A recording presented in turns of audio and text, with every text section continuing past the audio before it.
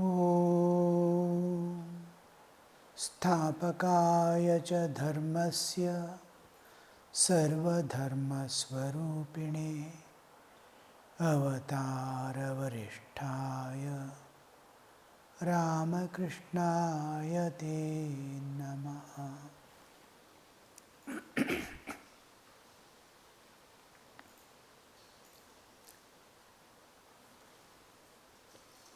We were contemplating on the two aspects of Brahman and his power, the power of manifestation. The universe is the manifestation of Brahman, the absolute existence and its power.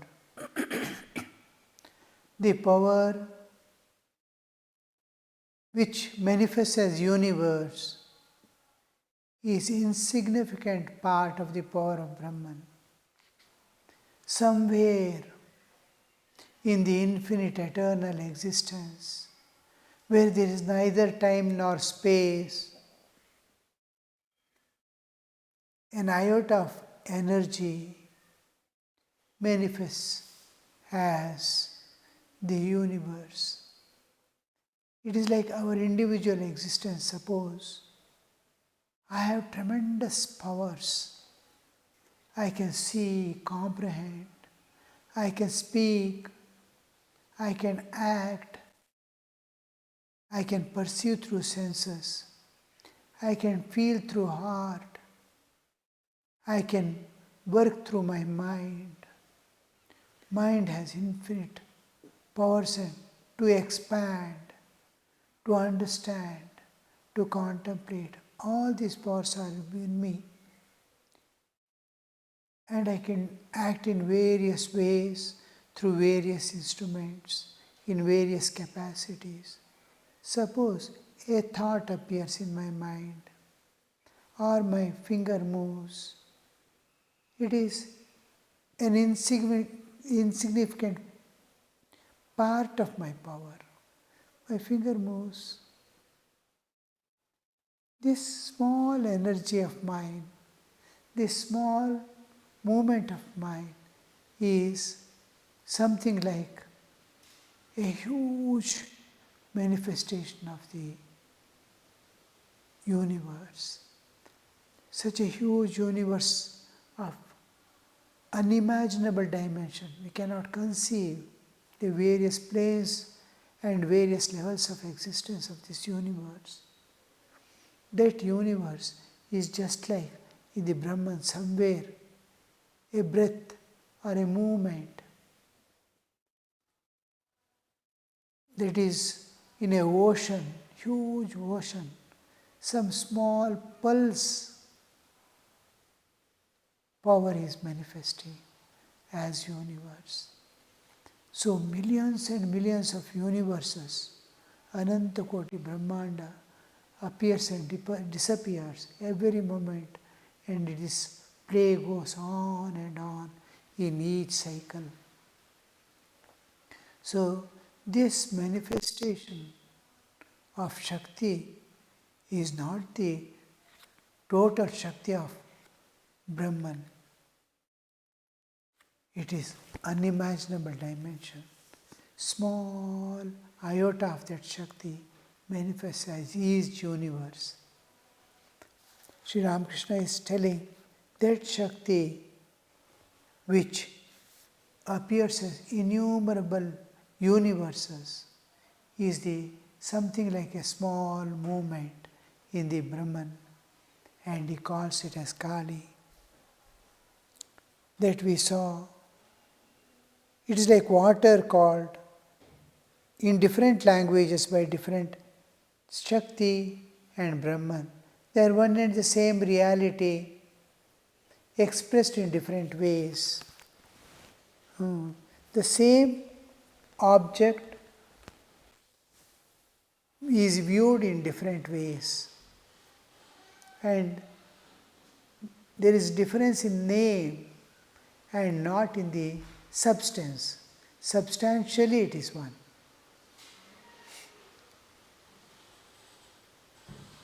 It is like water, called in different languages by different names, such as jal, pani, and so forth.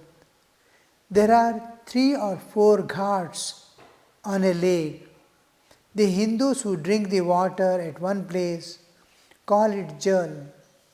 The Muslims at another place call it pani, and the English people at the third place call it water. All the 3 denote one and the same thing, the difference being in name only. In the same way, some address the reality as Allah, some as God, some as Brahman, some as Kali, and others by such names as Rama, Jesus, Durga, Hari. Keshab with a smile. This is one of the most important messages of Sri Ramakrishna. God is one. His manifestations could be many, and people may view the same in different ways, approach it in different ways, and that too has capacity to manifest in the way that you approach it, because it is consciousness. It is I being conscious. When a child comes to me and speaks to me, I respond to him in the way the child needs me to respond. When an educated person comes to me, I treat him, I approach him, I project myself in such a way that he wants me to. A military person comes, a doctor comes, various people come to me, and what the way they want me to respond, in the way I respond, because I am conscious. If I am conscious, I can respond to the people as they need. And what about the consciousness itself? My mind and body being conscious responds like that. Consciousness means it can understand even before the expression of the person who is approaching. It can respond without any expression, knowing its innermost core what exists. That is consciousness. God is consciousness itself. We are all conscious being. There is great difference between sun and the sunlight. Moon also gets illumined. Moon also gives us light. The difference between moon giving us light at night and sun giving us light, the sunlight is received by the moon and reflected. It is reflected light. Sun is self-luminous. God is self-luminous. And we are all like moons reflecting His light and His consciousness, being ourselves conscious. So consciousness itself, how could it be, you see? So that consciousness responds to the call of the jiva, call of the bhakta. Just like father responds to the child, mother responds in some other way to the child. Child wants mother to respond in a particular way. It wants father to respond in a particular way. So different people approach in different way, and one and the same objects, one and the same reality appears to others in different way. The approach is different, the substance is one and same. This, suppose I approach the same object in different ways, the different people approach, we get different versions of the same reality. How the Muslims approach God, I can experience if I follow their path. How the Christians realize God or experience God. I can experience if I adopt the same attitude they do. And I can see various Hindus approaching God as Rama, Krishna and all. Shakta, Shaiva, Vaishnava. All these experiences I can have, provided I move in the same direction. Sri Ramakrishna did that. Different version of God, whatever existed in the past, what exists now, all that he experienced and said, oh, the substance is one, substance is one. Almost all people of those times, when they wanted to very badly to transform the Hinduism in a way, they wanted to transform, alter, present in a better way, without knowing its inner contents. Its surface they had seen, as pointed out by other ignorant people, and they wanted to change. They were charmed to hear this. There is no need to change any religion. There is no need to do anything with anything. Only thing, I have to change my attitudes. I have to change my approaches. I must be able to understand others' stand. I must be able to understand other views. And I too can experience God. God is unlimited. Any person trying to say God is this and nothing else is a great failure. He is misrepresenting God. God can be anything. It is not limited. I cannot limit God by any means. This is the main teaching of Sri Ramakrishna. Don't limit God. Never say God is this and not that, because He can manifest in various ways. It has no limitations. So God and His power, it has unique powers to manifest as it wants.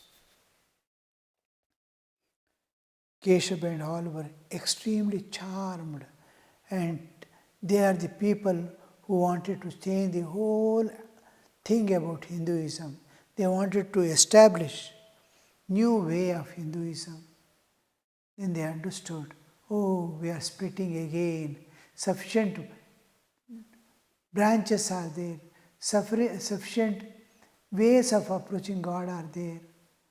And without realization, without knowing anything about other religions, without knowing about what Hinduism itself is, we are trying to introduce one more branch which doesn't have a base.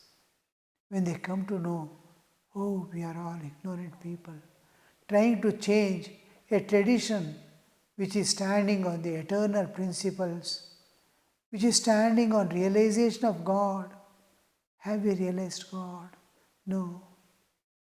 We are trying to change the religion and tell God is this. I have never seen, I have never experienced. So they all changed their views. They started coming to Sri Ramakrishna. They are very high intellectuals who could influence large number of people with their vocabulary. And also they are sadhakas, they are spiritual aspirants working from long time.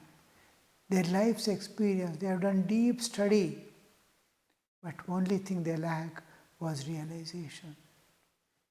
Sri Ramakrishna impresses them with how it would be suppose you realize God.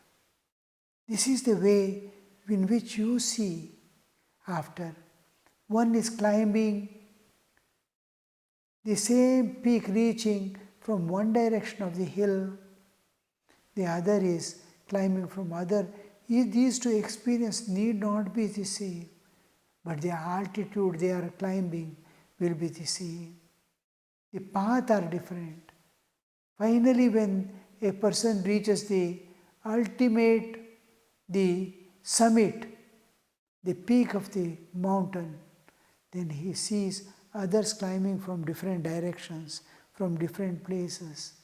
And so, They are also coming to the same place where I am. They have begun in different places. They are coming by different paths, and I am there to witness their coming.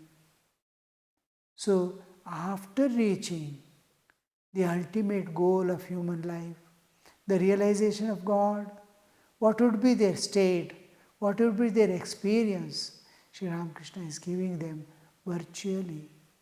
And he is the one who has seen all aspects of sadhanas, all aspects.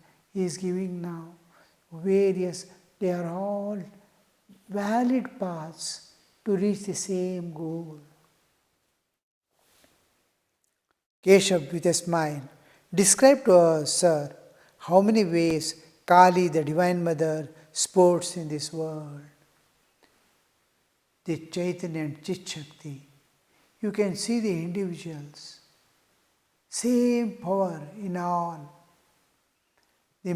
Each man is endowed with intellect, various faculties which are common to all people. Within oneself, you see. Now, in whatever, how many ways the inner faculties can express in a person. Now, I can do cooking, I can do driving, I can sing, I can play instruments, so many things. My power is manifesting in various ways. I can build a house, I can destroy a house, I can repair a vehicle, I can manufacture a thing. So, in what ways my powers are manifesting, you see. Still easier to understand is the electricity. Electricity is the power which comes to us as in all houses, in all places, same electricity comes within the ashrama. Now the electricity is there, it is burning there as light. Somewhere it is moving as fan, mechanical energy. Somewhere it is heating the water, and somewhere it is stove, cooking the articles. Somewhere it is refrigerator, cooling. One side it is cooling, one side it is heating, one side it is giving light. It is mechanical energy. Various ways the same electricity is manifesting. It is fascinating to see, oh, that one electricity as computer and this and that, how many types of gadgets, the refrigeration, the AC, this, that, and when you see, you'll wonder, you want to know what all ways the electricity can manifest, can be utilized, can play the energy as electricity. How many ways can it play? Even a child will be interested, like that. At cosmic level, the cosmic energy which is manifesting as universe, and within the universe, how many ways do the Mother Kali play? Oh, she plays in different ways. It is she alone who is known as Mahakali, Nityakali, Smashana Kali, Raksha Kali and Shama Kali. Mahakali and Nityakali are mentioned in Tantra philosophy when there were neither creation nor the sun, the moon, the planets and the earth, when darkness was enveloped in darkness. Then the Mother, the formless one, Mahakali, the great power, was one with the Mahakala, the absolute existence. The simple law of physics. The matter and energy can be interchanged. Matter can dissolve and become energy. Energy can precipitate as matter.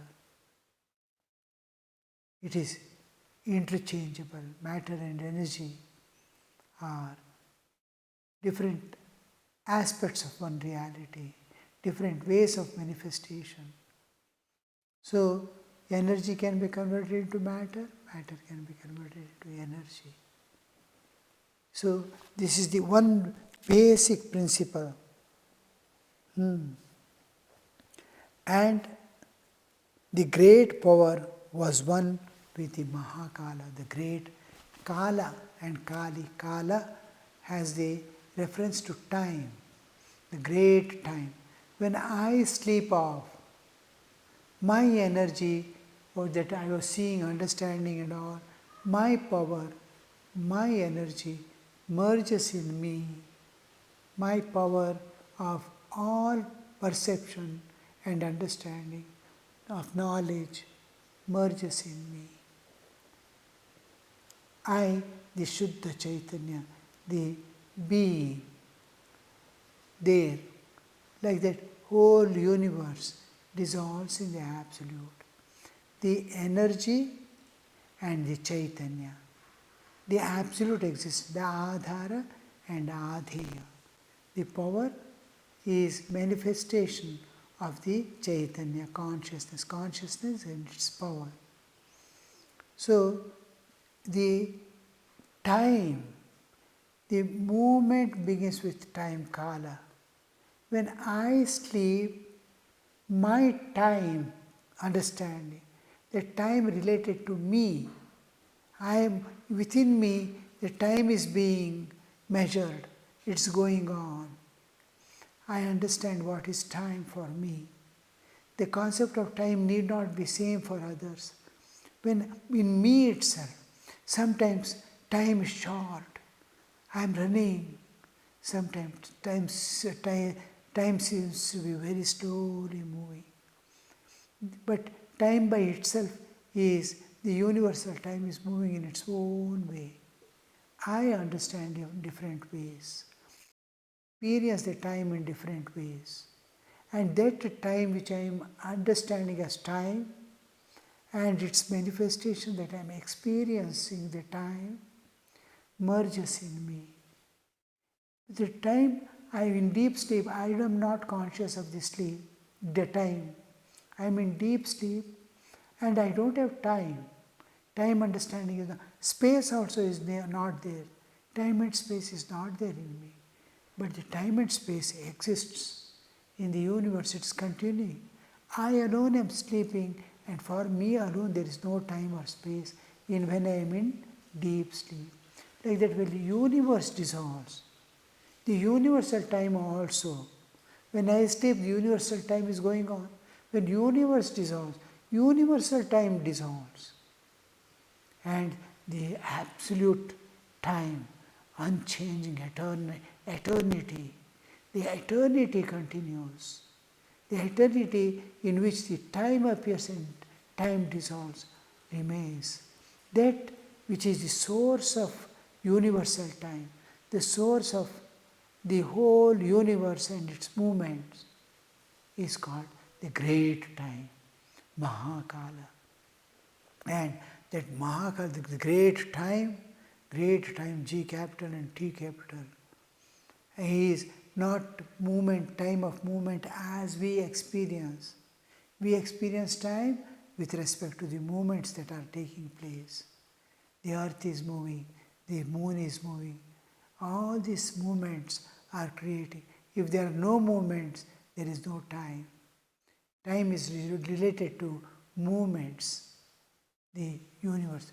But absolute time is not a time that registers the movement or is created by, understood or manifested by the movement. No, it is not that. It is source of all times, in which time appears and disappears. Time appears with the universe, time dissolves with the universe. That eternity in which it appears and is, that eternity, unrelated to time, we call the great time, Mahakala. When the universe did not exist, when darkness was engulfed in darkness, why do we call darkness? Because it is the projection of the ignorance. The universe, multiplicity, is the product of ignorance. So when the light of Chaitanya was there, the light of the universe, Light as universe was not there. Regarding universe, it is darkness. But beyond the consciousness, the Chaitanya, the absolute existence continued. Always is there. That spiritual light is always there. The universal light was not there.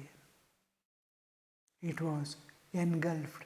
This darkness, when universal light, the time of the universe doesn't exist. The universe doesn't move. There is no movement. If there is no movement, there is no universe also. The universe.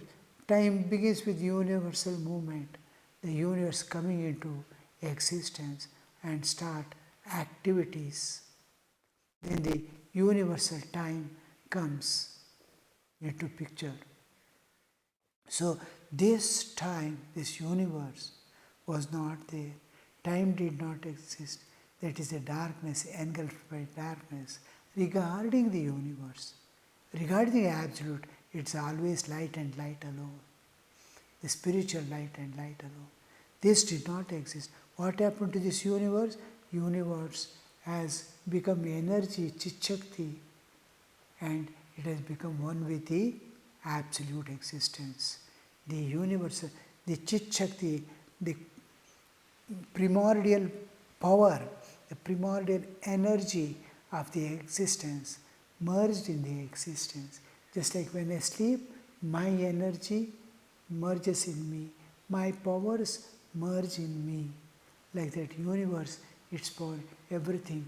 This Mahakala, the great time, Mahakali, the great power. The great power, why do we call Mahakali? Because the Kala of this one originates in the power which is going to become universe. In that, this time is going to appear. When we, with respect to power, we call it Mahakali. With respect to Chaitanya, we call it Mahakala. The whole energy was merged in the pure consciousness, just like my power merges in my pure individual consciousness when I sleep. Like the universal Mahakali was one with the Mahakala, the great time source. The power was there with the absolute existence, the Shuddha Chaitanya. Shuddha Chit-Shakti was merged in the Shuddha Chaitanya. This is what Sri Ramakrishna is telling here.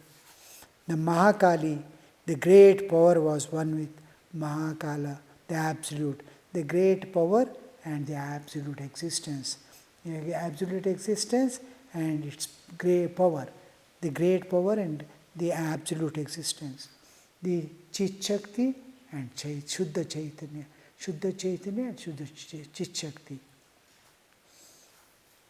Shamakali has somewhat a tender aspect. This is, Sri Ramakrishna is explaining various parts within the creation. When he says the absolute existence and the Mahakala and Mahakali, it is prior to the manifestation of the universe. Before the universe came into existence, what was the state? Now after the universe appears, with respect to we people, human beings, how do we see the powers associated with this universe to our extent? Many things will be happening. Many ways of manifestations of powers are there.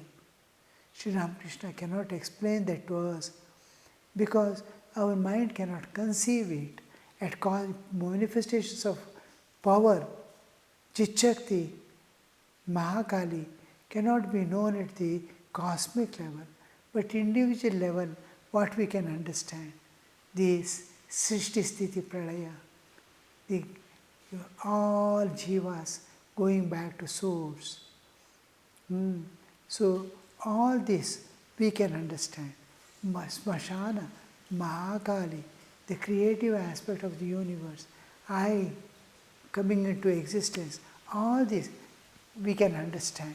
To this level, Sri Ramakrishna is coming down and explaining to us, trying to indicate there is a great power. Om Shanti Shanti Shanti. Harihi Om Tat Sat. Shri Ramakrishna Arpanamastu.